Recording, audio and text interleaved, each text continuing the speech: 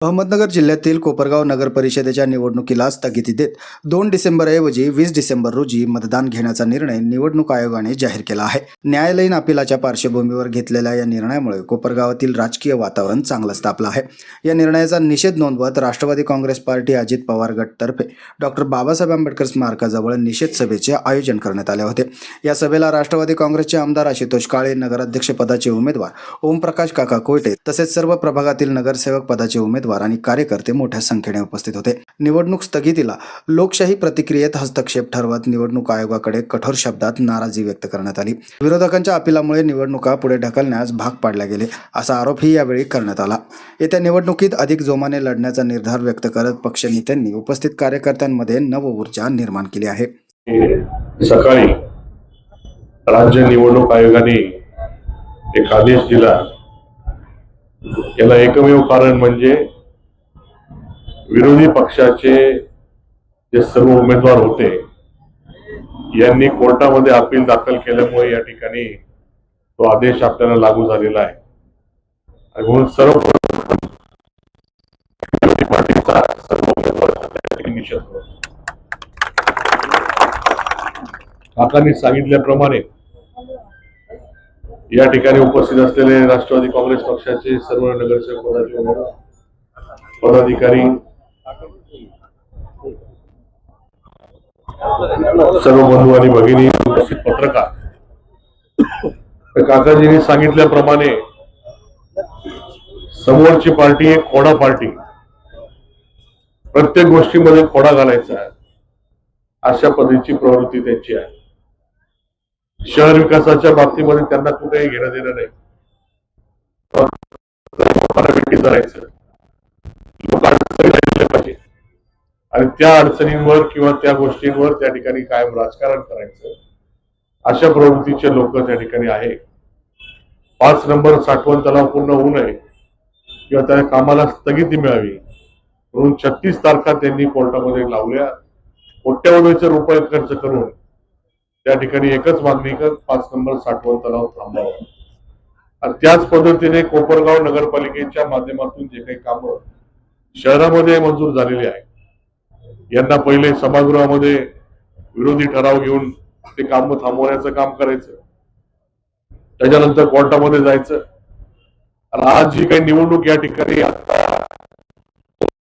होती त्यांना कळून चुकलेलं आहे का जनता आता त्यांच्या बरोबर राहिलेली नाही. त्यांची पुरती वाळू त्या ठिकाणी संपलेली आहे. आणि म्हणून त्यांनी चांदणीच्या दिवशी कुठल्या प्रकारची हरकत न घेता त्या दिवशी किंवा दुसऱ्या दिवशी त्या ठिकाणी कोर्टामध्ये अपील दाखल केलं आणि उमेदवारी अर्ज रद्द करण्याची मागणी त्या ठिकाणी केली.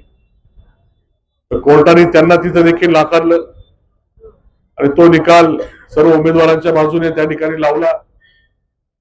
आणि तो जर अपील दाखल केला नसता तर आज या गोष्टी झालेल्या नसत्या. या निवडणुकीला पुढे ढकलण्यामध्ये कोण जबाबदार असेल तर ती विरोधी पार्टी पूर्णपणे त्या ठिकाणी जबाबदार आहे. आणि म्हणून पुन्हा एकदा मी त्यांचा या ठिकाणी निषेध करतो. कारण कायम शहरामध्ये त्या ठिकाणी लोकांना वेठीस धरणं, लोकांपर्यंत जाण्याच्या ऐवजी, लोक जनतेच्या न्यायालयात जाण्याच्या ऐवजी कायम आपल्या अधिकारांचा चुकीचा वापर करायचा आणि राजकारण करायचं, लोकांना वेठीस धरायचं अशी प्रवृत्ती त्यांची राहिलेली आहे. आणि म्हणून त्यांचा पुन्हा एकदा या ठिकाणी निषेध करतो.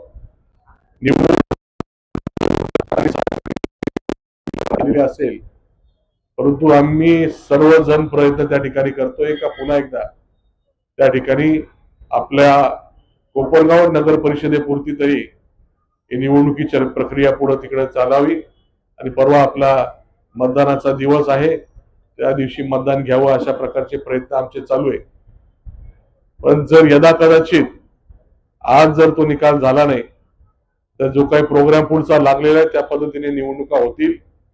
तर माझी सर्व उमेदवारांना विनंती आहे, आपण ज्या पद्धतीने प्रचार आपला चालू ठेवलेला होता त्या पद्धतीने प्रचार चालू ठेवावा, लोकांपर्यंत जाण्याचं काम करावं, लोकांना या सर्व गोष्टी सांगाव्या, जेणेकरून